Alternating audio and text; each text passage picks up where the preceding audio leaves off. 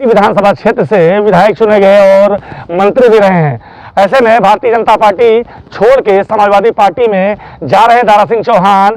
ऐसे में हम जानेंगे यहाँ के लोगों से उनकी प्रतिक्रियाएं, क्या कुछ विकास कार्य दारा सिंह चौहान ने किया है और भारतीय जनता पार्टी छोड़ने के बाद किस तरह से वो देख रहे हैं इस पूरे घटनाक्रम को लेके। क्या नाम है आपका? दारा सिंह चौहान। दारा सिंह चौहान भाजपा छोड़ के सपा में गए हैं, तो किस नजरिए से देख रहे हैं और क्या कहना है?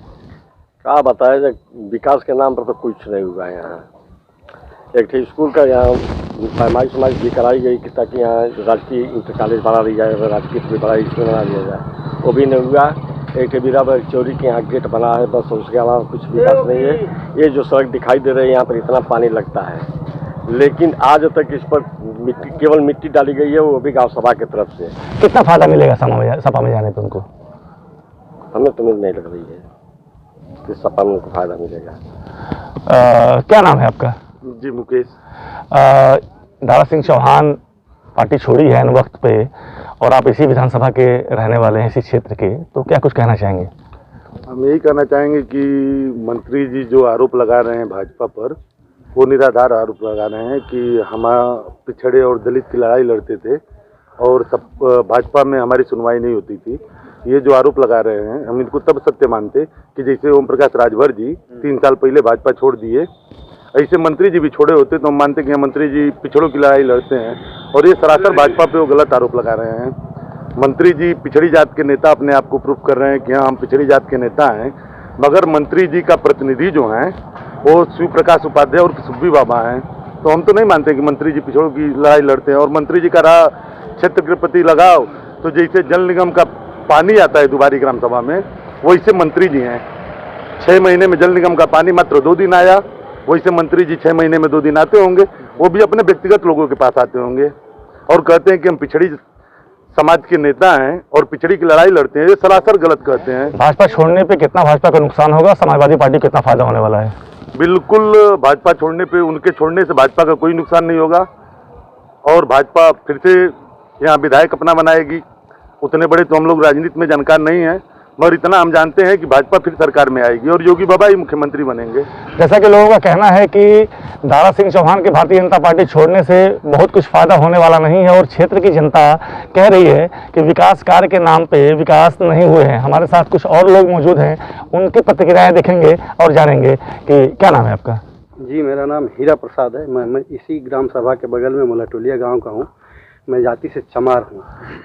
मैं ये समझता हूँ कि 2017 के विधानसभा चुनाव में इत्तेफाक से 15 दिन पहले उनको भाजपा टिकट दिया गया, क्योंकि भाजपा का पूरा प्रदेश में नहीं बल्कि पूरे देश में, भारत में पूरा भाजपा की लहर थी। उस लहर में दारा सिंह चौहान को विजय प्राप्त हुआ।